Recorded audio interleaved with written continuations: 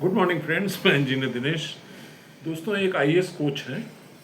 वो कहते हैं कि ऐसे लिखने के लिए अखबार पढ़ने की जरूरत नहीं, उनकी किताब पढ़ लो, आप ऐसे लिखना सीख जाओगे। तो मैं आपको बताऊं कि अखबार पढ़ना कितना ज़रूरी है और अखबार कैसे पढ़ना चाहिए। मैंने एक बहुत पुराने विधायक थे कम्युनिस्ट पार्टी के मऊ से, राय साहब।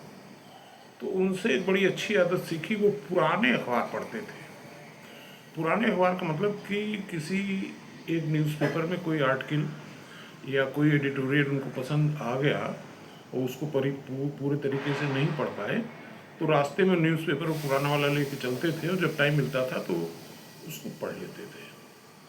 तो इसी तरह से जब न्यूज़पेपर हमारे सामने आता है तो उसमें कुछ ऐसी आर्टिकल्स होते हैं, कुछ ऐसे एडिटोरियल्स होते हैं जो कि आपके ऐसे के लिए बड़े महत्वपूर्ण हैं और उनका मनन करना चाहिए और कायदे से पढ़ना चाहिए, भले पुराने हो चुके हैं।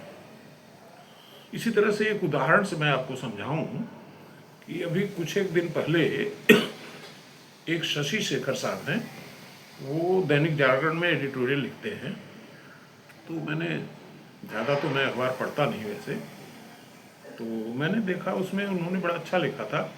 आज का जो जियो पॉलिटिकल सिचुएशन है इंडिया यूएस की, उसके संबंध में उन्होंने लिखा और प्रारंभ करते हैं वो 1966 से।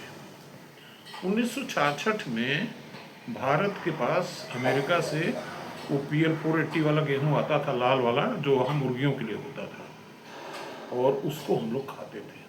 उसी समय शास्त्री जी ने ये नारा दिया था कि एक टाइम का भोजन छोड़ दीजिए and don't waste your food, यानी कि हम फूड क्राइसिस से गुजर रहे थे 1966 में।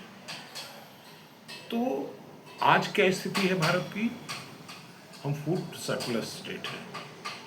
सो मच सो कि हमें फ्री में अनाज इसलिए बांटना पड़ रहा है क्योंकि हमारे पास रखने की जगह नहीं। तो कहने का मतलब ये है कि जब इंडिया 1966 पार कर गया और यहाँ तक पहुँच गया, जब उस समय नहीं बिखरा तो अब क्या बिखरेगा। दूसरी चीज़ जो शशि शेखर साहब थोड़ा मिस कर गए, ये जो CIA है, कहा यह जा रहा है, बाद में CIA के किसी ऑफिसर ने कबूल भी किया है। देखिए 1966 में 15 दिन के अंतराल पर 2 महत्वपूर्ण व्यक्तियों की कॉन्स्पिरेसी में डेथ हुई। नंबर 1 तो थे हमारे प्रधानमंत्री लाल बहादुर शास्त्री जी और दूसरे थे डॉक्टर होमी जहांगीर भाभा, जिनका एयर इंडिया का विमान A101 क्रैश हुआ आल्प्स की पहाड़ियों में और आज तक उसका मलबा नहीं मिल पाया, न उनकी बॉडी मिल पाई। और कहा जा रहा है कि it was a conspiracy designed by CIA।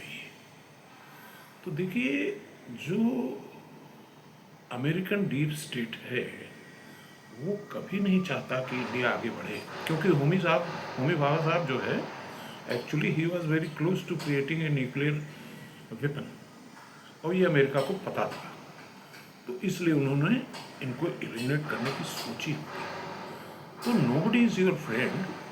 और जो लोग ये सोचते हों कि India will not survive this crisis of tariff, उनके लिए दिस इज़ ए लेसन कि जब हम फूड क्राइसिस सर्वाइव कर गए तो 35 करोड़ लोगों का जो कंट्री है वो हमारे ऊपर टैरिफ लगा के क्या कर पाएगा, जबकि हमारे पास ऑलरेडी 140 करोड़ लोग हैं।